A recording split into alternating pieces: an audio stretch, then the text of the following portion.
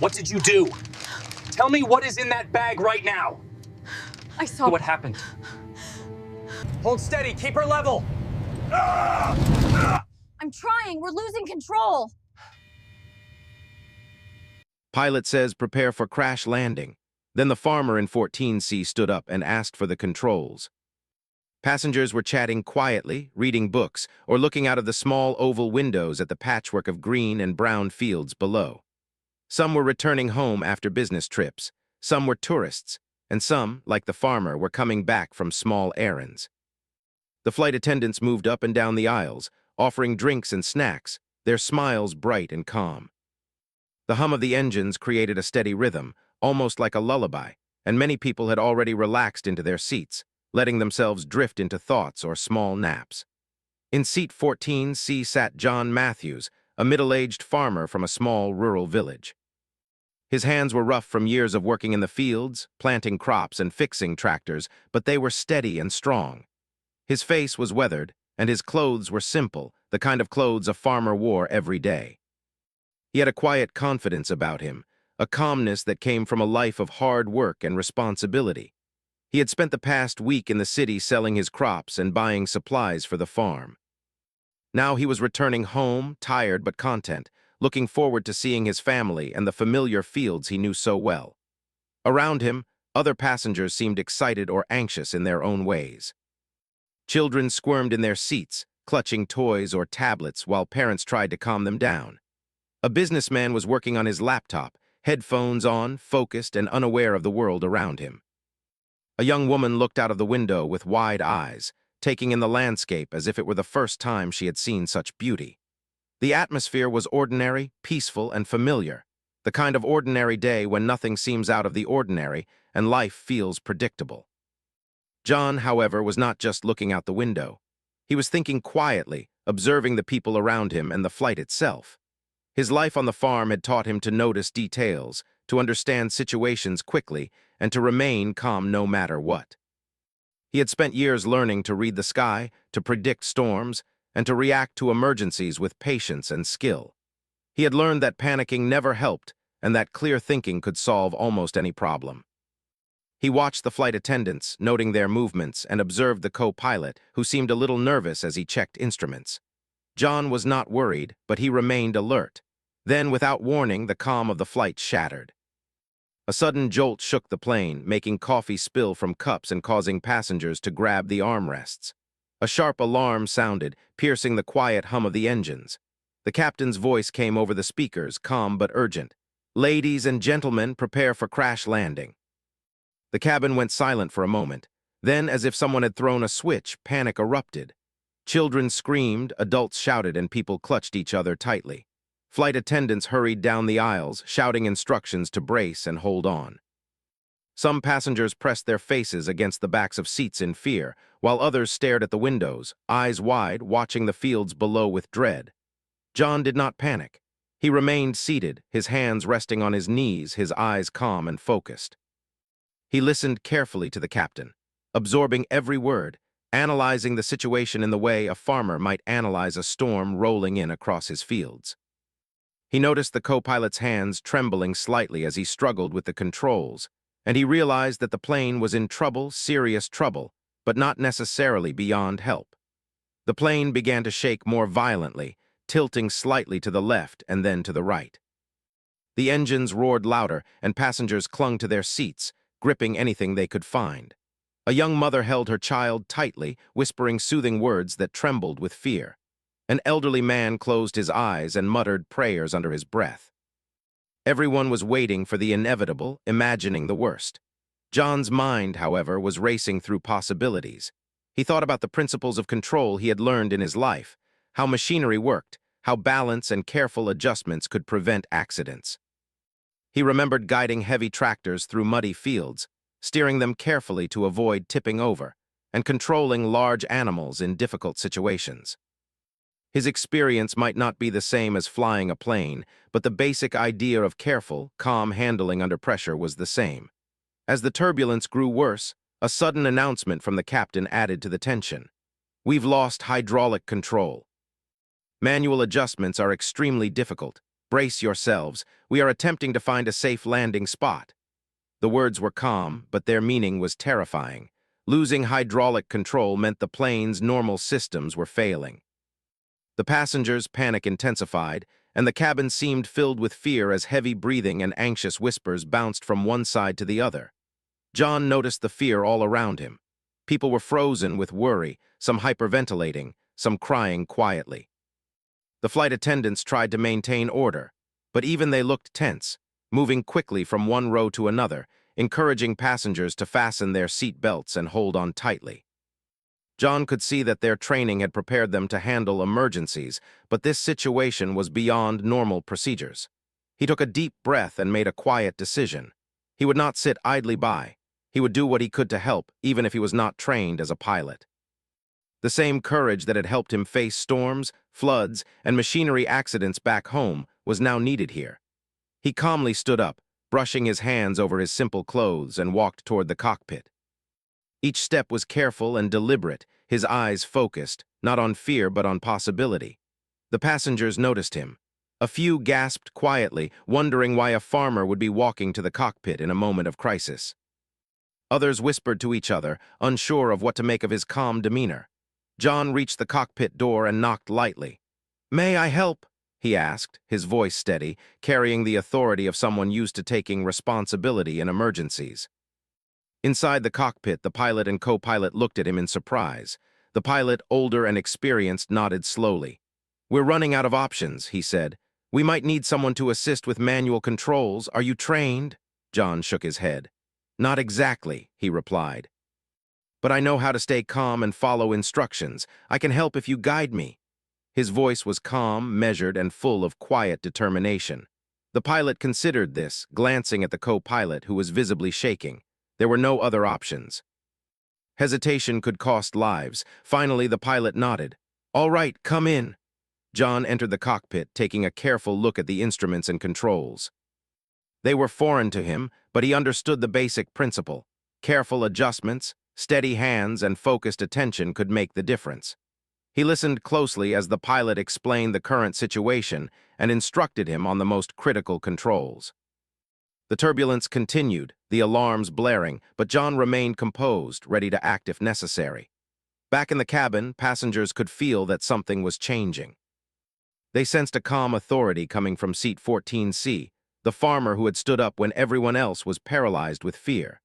Even in that moment of chaos, John's presence brought a strange sense of reassurance. People looked at each other, hoping that perhaps there was a chance, that perhaps someone ordinary could do something extraordinary. The plane continued to shake and dip, and the fear in the cabin was palpable.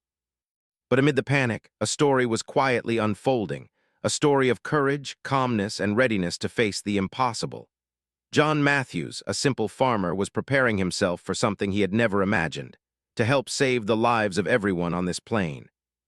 The part of the journey that had seemed ordinary a few minutes ago was now extraordinary. The hum of the engines, once soothing, had become a roar of challenge. The fields below, once distant and serene, now represented a possible lifeline. And in the midst of it all, a farmer in seat C had stood up, ready to take responsibility in a situation that no one had anticipated. It was a moment that would be remembered not for the panic or fear, but for the calm, steady courage of a man who had lived a life of hard work, learning to face challenges with patience, observation, and determination. The ordinary had turned into the extraordinary, and the passengers, unaware of the heroism unfolding just steps away, were about to witness something they would never forget. John took one last deep breath, his hands resting lightly on the controls, eyes focused on the horizon. The plane was in trouble, the situation was grave, but he was ready.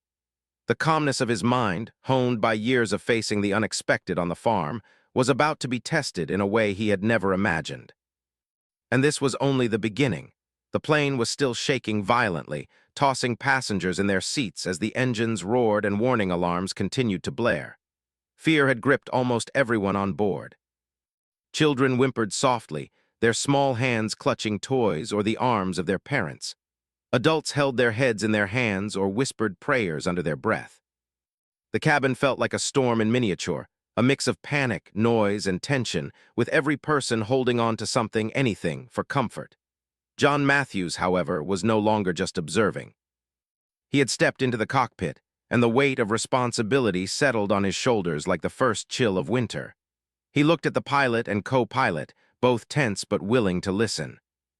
The co-pilot, younger and inexperienced, was gripping the controls tightly, hands trembling, his face pale under the fluorescent lights. The pilot, older and grizzled, had a furrowed brow and eyes that had seen many storms, but he too seemed exhausted and desperate. John's hands hovered over the controls, not pressing recklessly but ready to act when needed.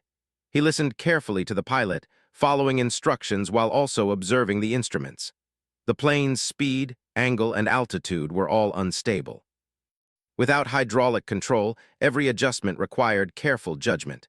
Even a small wrong move could make the plane tip or lose balance completely. John's mind raced, but he remained calm.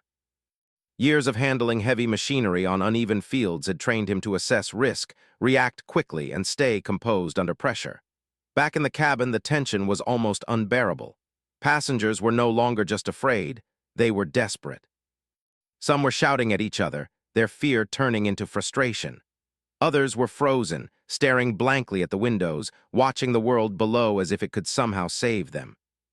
Flight attendants moved quickly, trying to reassure people, but the situation was beyond their normal training. Every jolt of the plane made hearts leap, and each warning alarm made breathing harder. A mother whispered urgently to her child, "Stay calm." "We'll be fine," but even she could not completely hide the tremor in her voice. An elderly man muttered prayers over and over, clutching his rosary tightly. People who had flown hundreds of times now felt the terror of their first flight. The atmosphere was suffocating, and the sound of the engines and alarms seemed to echo the fear inside every heart. Meanwhile, John's calm presence in the cockpit began to have an effect, even if passengers could not see it. The pilot, who had been tense and doubtful, started to take direction from him, listening carefully to his observations and adjustments. "Slowly, steady now," John said, his voice calm but firm. "We need to keep the plane level as much as possible. Minor corrections only." His words were like a steady hand in the storm, a guide for the pilot who had been struggling alone. John watched the instruments carefully. The plane was dipping too low, then rising too quickly. Every movement needed to be small, precise, and controlled. He remembered guiding tractors through muddy fields, learning to adjust gradually to avoid tipping. The same principle applied here. Small, careful movements could stabilize even the heaviest machinery. Now it could stabilize a plane. The turbulence worsened. Winds tore at the aircraft, throwing it left and right, making even small adjustments feel monumental. The passengers could feel every movement, every tilt, every shudder. Some were praying louder, some were crying softly, and some were staring blankly, unable to look away. The atmosphere was tense beyond belief. Each second felt like a minute, each minute like an hour. Fear and uncertainty filled every corner of the plane. John's mind, however, remained clear. He gave careful instructions to the pilot. "Slowly push the right stick slightly forward. Hold it. Don't overcorrect." The pilot followed, hands steadying the controls. John's experience with machinery made him instinctively aware of the importance of precision. The plane responded, slightly at first, but the small correction made a difference. It was enough to reduce the violent tilting and give the passengers a momentary reprieve. "Good. Keep it steady," John said, his eyes scanning the instruments constantly. "We need to find a clear area for landing. Look for flat ground. We can't risk trees or buildings." The pilot nodded, focusing on the horizon through the cockpit window. Outside, the landscape rushed by, a blur of fields, rivers, and forests. John noticed a wide, open field in the distance, surrounded by gentle slopes. It would be risky, but it was the best option available. Meanwhile, in the cabin, the mood shifted slightly. Some passengers noticed the change, though they did not know why. A mother glanced at her child and whispered, "Maybe there's hope." The elderly man still clutched his rosary, but his prayers sounded less frantic. People began to realize that someone was taking charge, someone was acting, and perhaps survival was possible. Even amidst fear, the faintest spark of hope began to appear. John continued giving instructions to the pilot. "Gently tilt left now, just a fraction." "Don't overdo it," the plane responded, wobbling slightly but stabilizing. Small adjustments, carefully calculated, were saving them from disaster. John's mind was focused entirely on the task, his years on the farm giving him an unusual but invaluable skill, staying calm while making precise adjustments under extreme pressure. The co-pilot, initially frozen with fear, began to follow John's lead as well. He adjusted the throttle, listened to instructions, and tried to anticipate the movements needed to stabilize the plane.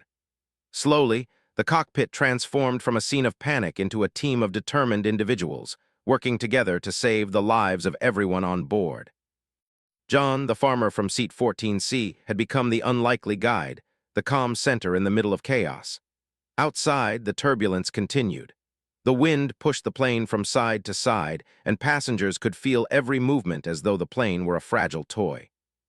Flight attendants shouted instructions, urging people to keep their seat belts fastened and to brace themselves. Every jolt and shake reminded everyone that the danger was real, that their survival depended on skill, courage, and a little bit of luck. John noticed the open field approaching and gave precise instructions. "Line up with the center, keep it steady, reduce speed gradually. We need to touch down softly." The pilot followed, hands steadying the controls as the plane descended carefully. The field below became larger in the windows, a potential sanctuary amidst the chaos. Passengers could see trees at the edges, the ground uneven in places, but John's careful guidance made it seem possible. As they got closer, John continued to give instructions. "Minor adjustments only, don't overcorrect, keep the wings level, watch the speed." The plane responded, tilting slightly but regaining balance. Passengers could feel the difference. The violent shudders were less frequent.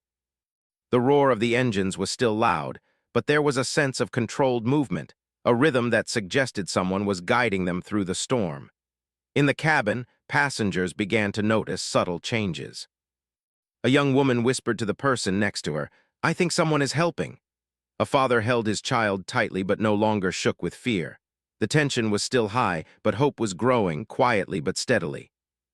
People who had moments ago felt hopeless now dared to believe that survival was possible. John's mind remained completely focused. Every movement mattered. Every decision could mean the difference between life and death. But he was ready.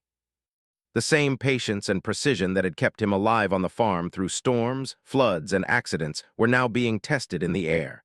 And for the first time in his life, he was using those skills to save more than just crops or livestock. He was saving human lives. Minutes passed which felt like hours. Each adjustment was critical. Each command from John was followed precisely by the pilot. Slowly, the plane descended toward the field. Outside, the ground rushed up, and passengers could see the uneven terrain, the trees, and the open patches. Their hearts pounded in unison with the engines, and fear and hope collided inside every chest. John spoke calmly and clearly. "Almost there, keep it steady. Gently reduce altitude, watch the wings, soft landing only." The pilot followed, and the plane's descent became smoother. Every shudder was smaller, every tilt was corrected. The passengers braced themselves, holding on to hope and whatever they could grip. As the field approached, John gave one final instruction. "Touch down softly, don't panic, keep it steady." The plane hit the ground with a jolt, sliding slightly on the uneven terrain but remaining upright. Dust and debris rose around the wheels, and passengers felt the plane slow as it came to a stop. Cheers erupted inside the cabin, tears flowed, and hugs were exchanged. They had survived. John, still in the cockpit, finally allowed himself a deep breath. His hands rested on the controls, still calm but relieved. The pilot looked at him with gratitude and awe. "You saved us," he said simply. John shrugged, humble as ever. "I just did what I could," he replied quietly. The passengers filed out of the plane, shaken but alive. John stepped out last, brushing dust from his clothes, the calm hero in a sea of relief and gratitude. What had started as an ordinary flight had turned into an extraordinary story of courage, calm, and human determination. The plane had finally come to a stop, resting in the middle of a wide, open field. Dust and loose soil had kicked up around the wheels, coating the fuselage in a thin layer of dirt. Inside, passengers were still catching their breath, some shaking with relief, others sitting stunned as they tried to comprehend what had just happened. Outside, the wind whispered through the grass, as if the earth itself was exhaling in relief after holding its breath for so long. John Matthews stepped out of the cockpit slowly, his hands still slightly trembling from the tension, but his face calm and composed. The passengers turned toward him, their eyes wide with gratitude and disbelief. A man in a business suit approached, shaking John's hand firmly. "I don't even know what to say," he said. "You saved our lives, all of us." John merely nodded, humble as always. "We're all alive." "That's what matters," he replied quietly. His voice carried a calm reassurance that seemed to steady the nerves of everyone around him. Flight attendants began moving through the cabin again, helping passengers unbuckle their seat belts and exit the plane. Their faces were tired, but there was a spark of relief in their eyes as they guided everyone safely to the ground. Some passengers stumbled, weak from the stress, but John and a few others offered steady arms to support them. Even in this moment of triumph, John's focus was practical. He wanted to make sure everyone got out safely before celebrating. Outside, the field was surprisingly clear, a wide stretch of land free from trees, rocks, or obstacles. It had been the perfect landing spot, though John knew it had been risky. The uneven ground and the soft soil could have caused the plane to tip or skid, but through careful control and precision, the disaster had been avoided. The passengers began gathering in small groups, clutching their belongings and looking around the field, many of them in awe of how close they had come to danger. Children, once terrified, were now clinging to their parents while staring curiously at the farm-like surroundings. The contrast between the sky-high panic moments ago and the calm, open field below was stark. Some passengers laughed nervously, their laughter shaky, as they realized they were alive. A young woman hugged her friend tightly, tears streaming down her face, unable to stop shaking with relief. Emergency crews were already on their way. The sound of sirens in the distance reminded everyone that help was coming and that they were no longer alone. But even as the first vehicles approached, John remained attentive. He walked among the passengers, checking on everyone, offering quiet reassurances. He noticed a few people who were still pale and weak, standing apart from the crowd, too stunned to move. He approached them gently, speaking calmly. "It's okay, you're safe now, just follow us." The pilot emerged from the cockpit, shaking his head in disbelief. "I can't believe it," he said. "I've flown for over 30 years, and I've never seen anyone stay so calm in a situation like that." John smiled faintly, brushing dust from his hands. "Years on the farm teach you one thing: panic solves nothing. Stay calm, think clearly, act carefully." The pilot nodded slowly, clearly impressed.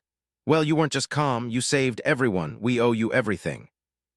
The emergency crews had reached the plane now, firefighters and paramedics moving quickly to ensure the safety of every passenger. They began assessing people for injuries, asking questions, and guiding the passengers to safer areas. Everyone was tired, anxious, and grateful.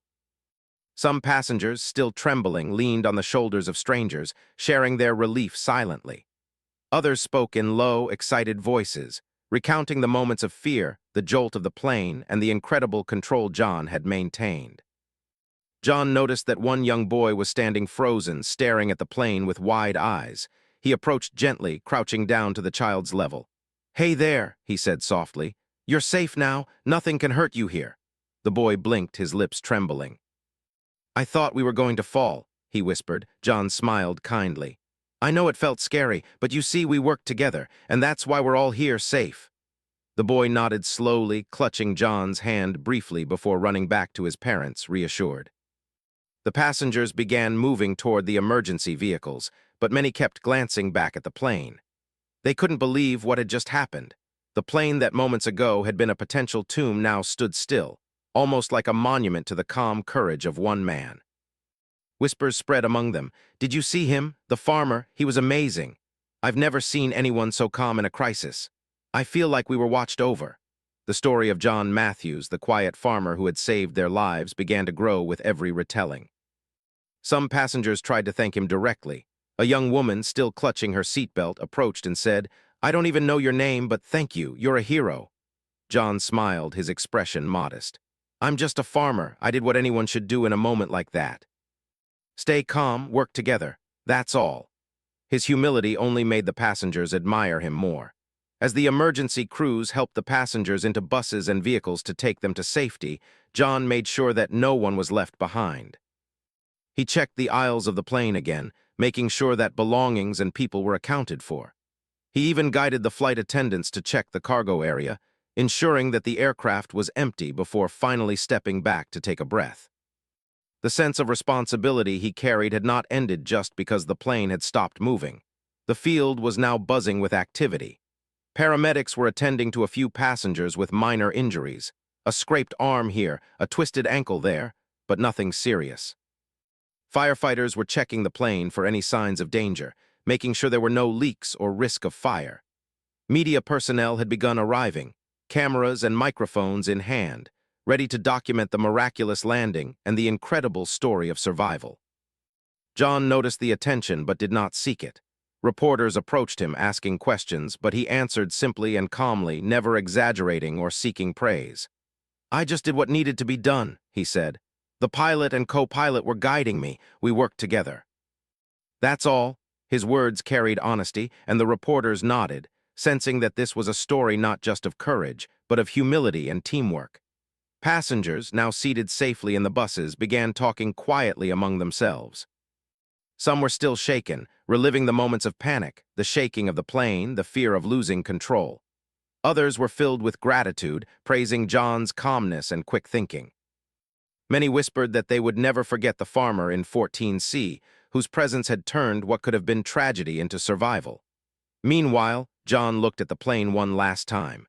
It had been a dangerous situation, but the outcome was miraculous. He felt a quiet satisfaction, not from the attention or thanks, but from knowing that everyone was safe. This was what mattered most. The lessons of life on the farm, patience, observation, calm thinking, had carried him through, and now they had saved lives. As the emergency vehicles prepared to transport passengers to the nearest town, John noticed the pilot approaching again. "I can't thank you enough," the pilot said, shaking his head. "I've never seen anything like it. You kept calm when it mattered most. You guided us through this, and for that we're all grateful." John smiled. "I just did what I could. We're all alive. That's what counts." The pilot nodded, clearly impressed and relieved. The field was now quieting down. Passengers were moving towards safety. Emergency personnel were wrapping up their assessments, and the sun began to lower in the sky, casting golden light over the open land. The tension of the past hour began to ease, replaced by relief, gratitude, and the realization of what had just been survived. John Matthews remained in the middle of it all, quietly observing, making sure everything was handled properly. He helped a few passengers carry belongings to the buses, offered a word of comfort to those still shaking, and guided the flight attendants as they checked their notes and reports. His calmness had not only helped during the flight, but continued to reassure everyone afterward. Children ran and laughed a little, their fear replaced by wonder at the field, the plane, and the strange adventure they had survived. Parents hugged them tightly, tears of relief streaming down their faces. Adults shared quiet conversations about the landing, about John, and about the miraculous series of events that had kept them alive. The story of the farmer was already spreading in whispers, each retelling more amazed than the last. As the sun began to set, painting the sky with shades of orange and pink, John finally allowed himself a moment to rest. He sat on a small rise near the field, watching the last of the passengers being loaded onto buses, the emergency crews finishing their work, and the plane resting silently behind him. It had been a day of fear, courage, and extraordinary human effort. And now, as the air grew calm and the field quieted, he felt a deep, quiet satisfaction. He thought about his life on the farm, the long days, the storms, the unpredictability of nature, and realized that those experiences had prepared him for this moment. The calm he had learned, the patience, the focus, and the understanding of how to handle machines and situations under pressure had all contributed to saving lives. In an unexpected twist of fate, the skills of a farmer had become the skills of a hero. And while others would tell the story in awe and wonder, John would remember it simply. A day when fear was met with calm, chaos was met with clarity, and ordinary people could achieve the extraordinary when they stayed focused, worked together, and never gave up hope.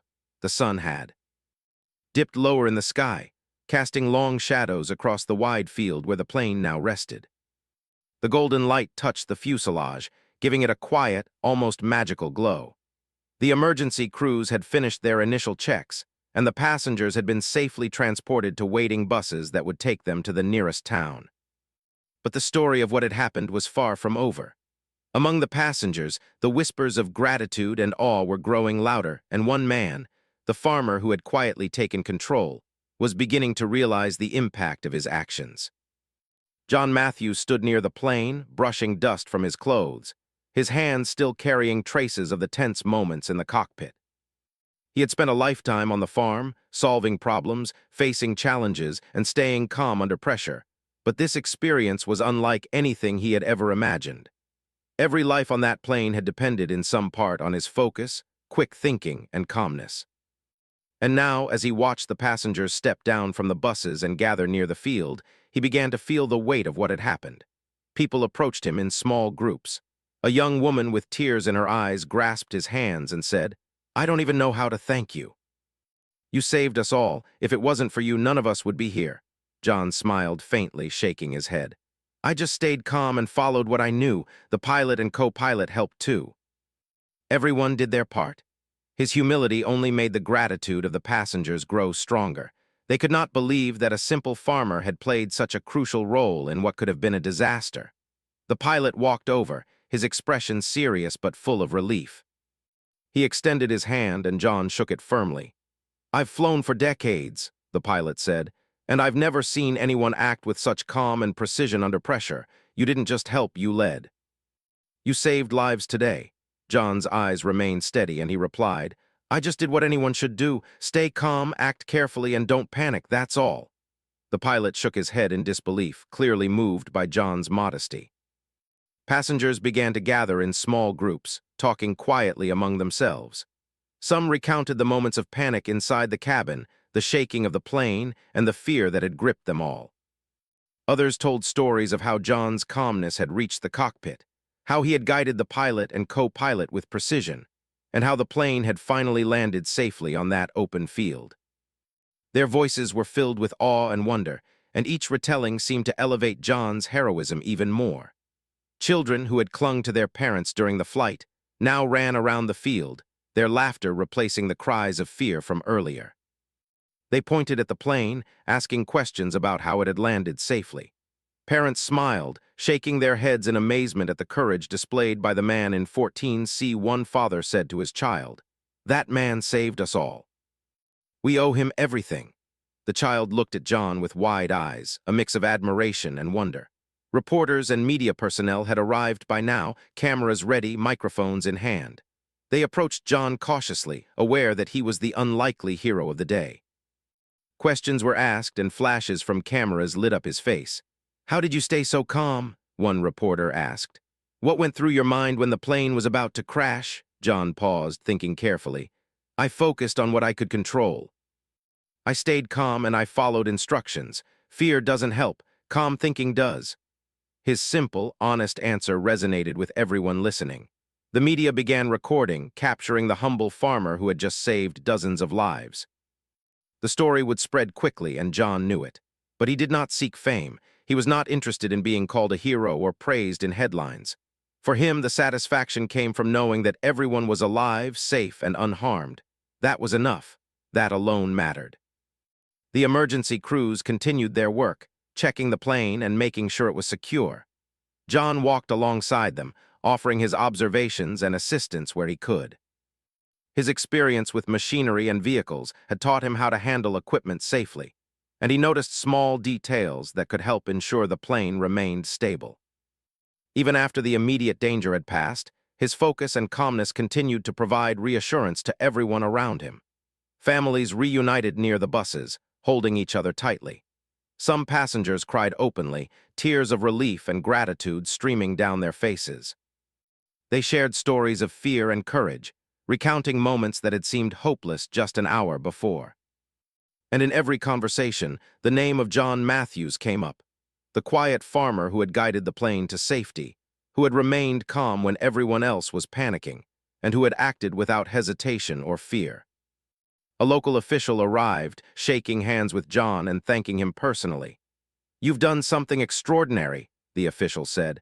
"Not many people could have stayed so calm, much less guided a plane to a safe landing. Your courage and quick thinking saved lives today." John nodded humbly. "I just did what I could. I don't deserve any special credit. I was just in the right place at the right time and did what needed to be done." His modesty only made the respect for him grow stronger. As the sun continued to set, painting the sky in shades of orange and pink, the atmosphere in the field was a mixture of relief, awe, and admiration. People gathered around John, asking questions, shaking his hand, and thanking him over and over. He listened patiently, offering simple answers and reassurances. He was tired, physically and emotionally, but he remained composed, understanding that his calmness was still comforting to others. One elderly passenger approached John, his hands shaking slightly. "Young man," he said, "I've flown countless times in my life, and I've never seen anyone face such a situation with the courage and calm you displayed. I don't know how to properly thank you." John smiled gently. "You don't need to thank me, we're all safe." "That's all that matters." The elderly man nodded slowly, clearly moved, and walked away, tears in his eyes.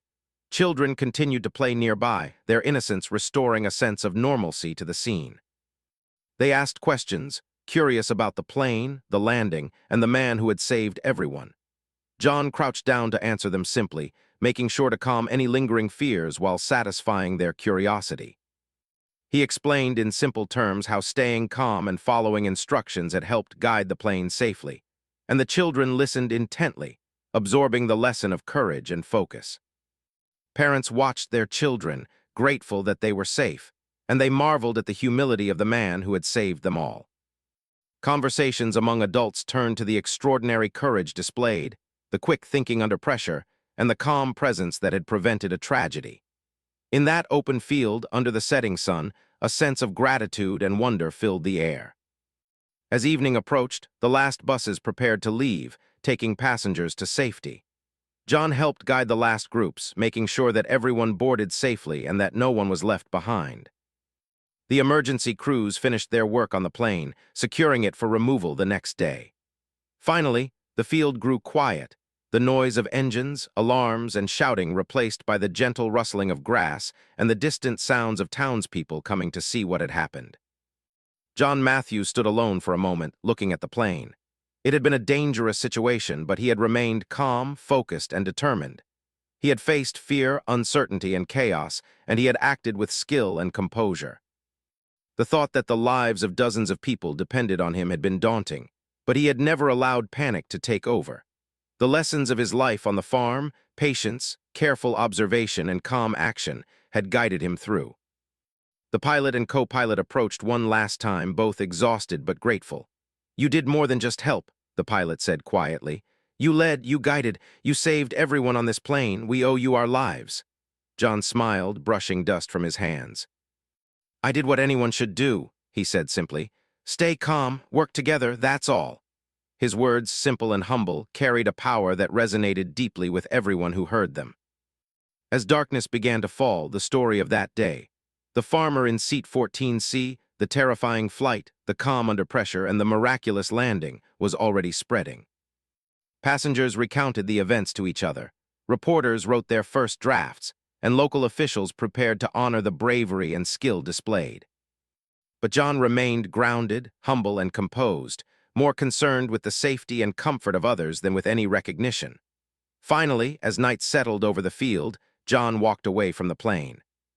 He took one last look at the wide, open land that had become the stage for an extraordinary story of courage and calm. He thought of his family, his farm, and the ordinary life he led. And he realized that sometimes, extraordinary moments can arise in the most unexpected ways, and ordinary people can become heroes when faced with challenges that demand courage, focus, and calm determination. In the hearts of everyone who had been on that plane, the memory of John Matthews would remain forever. A simple farmer who, in a moment of fear and uncertainty, had acted with bravery, clarity, and humility. A man who had reminded them that courage is not about fearlessness, but about staying calm, thinking clearly, and doing what must be done. And as the stars began to twinkle in the sky above, the passengers, the emergency crews, and even John himself knew that this day would be remembered not for the fear, but for the extraordinary heroism of one calm and determined man.